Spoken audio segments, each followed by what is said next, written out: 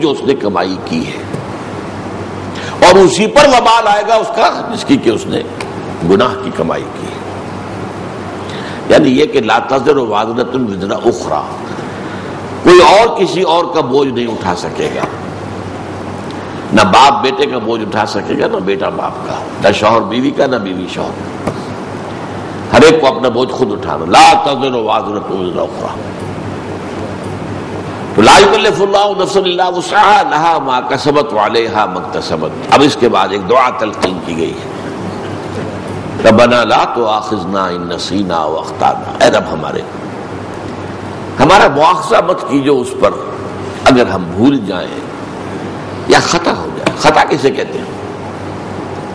بھول جانا تو واضح سی بات ہے، خطا اسے کہتے ہیں کہ ایک آپ نشانہ لگا رہے تھے، وہ نشانہ خطا ہو گیا،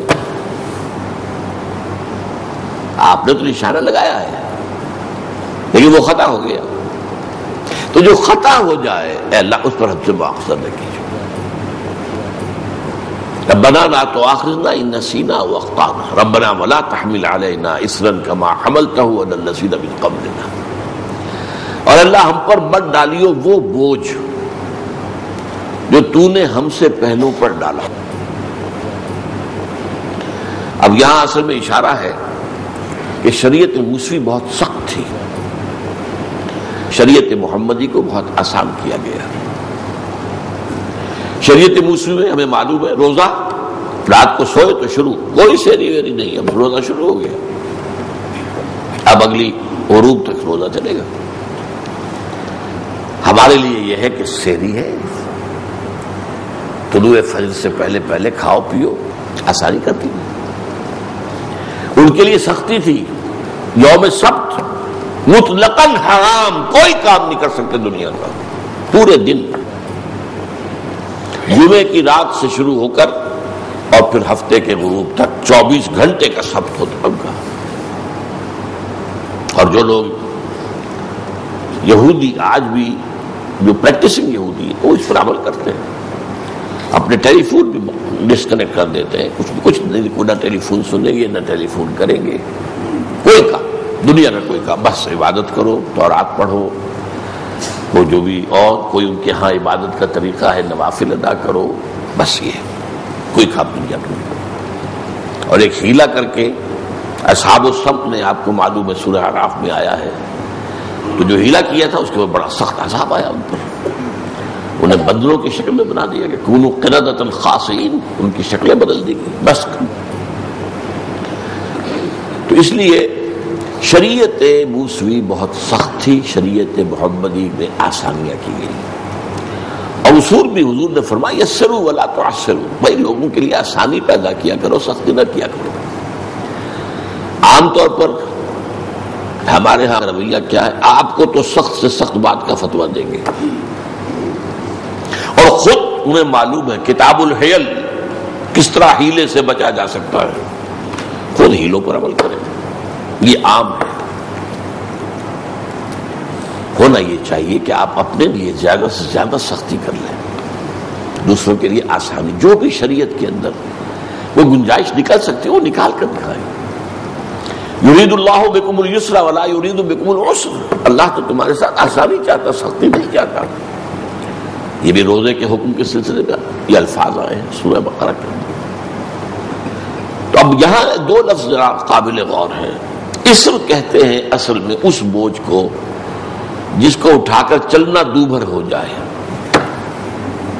اور حمل کہتے ہیں اس کو کہ جس کو لے کر چلا جا سکے۔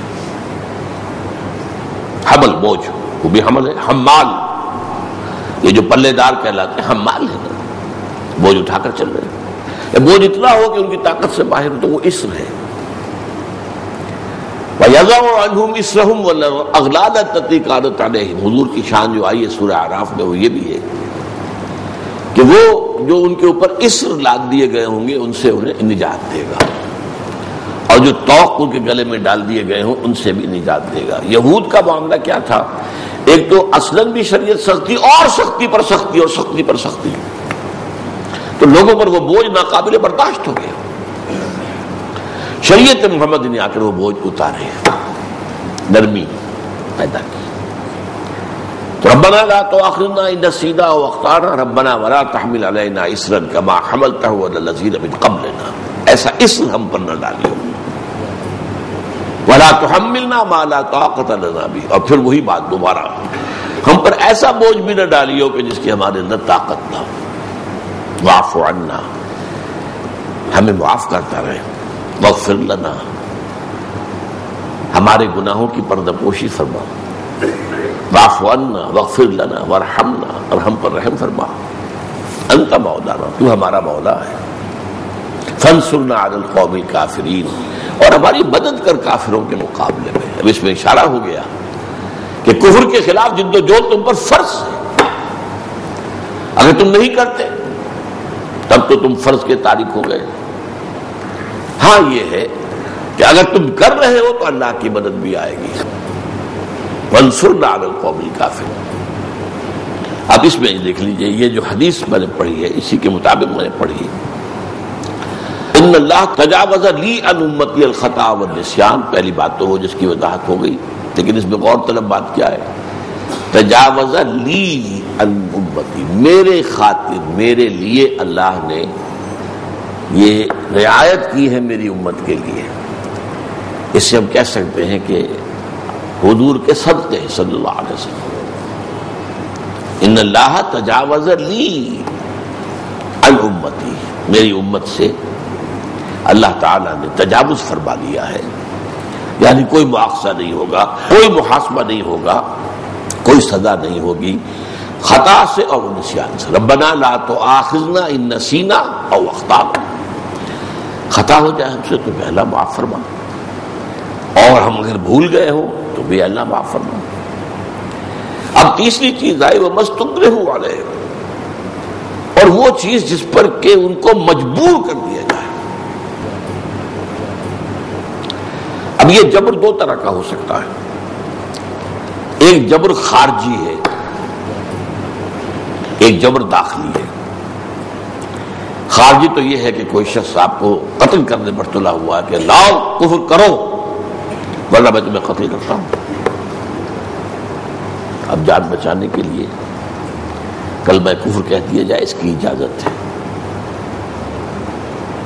چنانچہ یہ اہم واقعہ ہے کہ ابو جہل یہ 3 افراد پر خاندان جو ہے مشتمل تھا،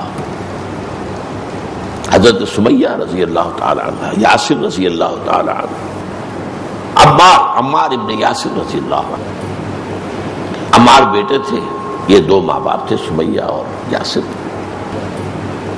اور اس کا قصہ اصل میں یہ ہے کہ یاسر تھے یمن کے رہنے والے، انہیں خواب میں بشارت ہوئی تھی کہ نبی آخر الزمان کا ظہور ہونے والا ہے مکے کی سرزمین میں، تو وہ وہاں سے آ گئے۔ اچھا، اب وہاں مکے کا قاعدہ یہ تھا، یا تو وہاں قرشی رہ سکتا ہے، یا قرشی کا غلام، یا قرشی کا حلیف۔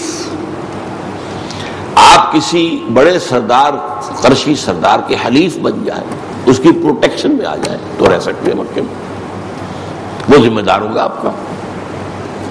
جیسے آج کل مثال دے رہا ہوں کہ آپ جا کر کوئی کاروبار کرنا چاہیں سعودی عرب میں، تو وہاں ان کا جو ہے ایک سعودی جو ہے وہ لازماً آپ کا کفیل ہوگا، اس کے ساتھ مل کر کرے گا۔ فائدہ کیا ہے؟ کاروبار کرتا ہے کوئی جا کر ہندوستانی پاکستانی، مزے کرتا ہے وہ سعودی، محنت اس کی ہے اور کمائی کے اندر سے ملائی وہ لے جاتا ہے۔ خیر یہ تو بالکل ناانصافی ہے، لیکن یہ جو قاعدہ تھا، اور یہ بھی حالت کفر کا تھا، ابھی اسلام کا جو ہے وہ ظہور نہیں ہوا، حضور کی تو ابھی بے شک ہی نہیں ہوئی۔ تو ابو جہل کا ایک چچا تھا، نیک آدمی تھا، اس کی کفالت میں یا اس کی حمایت میں اس کی وہ آگے حلیف بن گئے۔ اسی کی ایک لونڈی تھی سمیہ، اس کی اجازت سے اس سے شادی کر لی۔ اب یہ میاں باوی جو ہے میاں، اور ان سے اللہ نے اولاد دی، حضرت عمار۔ اب وہ شخص فوت ہو گیا تو لہذا گویا کہ وراثتاً منتقل ہو گئی، ان کے اوپر جو اختیار تھا اس کو، حلیف کو، وہ ابو جہل کو ہو گیا۔ یہ بدترین دشمن، وہ یاسر تو آیا ہی تھا یمن سے چل کر نبی کے صلی اللہ علیہ وسلم، ان کی خوشخبری خواب میں دیکھ کر، اب وہاں پر یہ کہ ان پر جو پھر پہاڑ توڑے ہیں ظلم اور ستم کے ابو جہل نے، پرسیکیوشن کی انتہا کی ہے.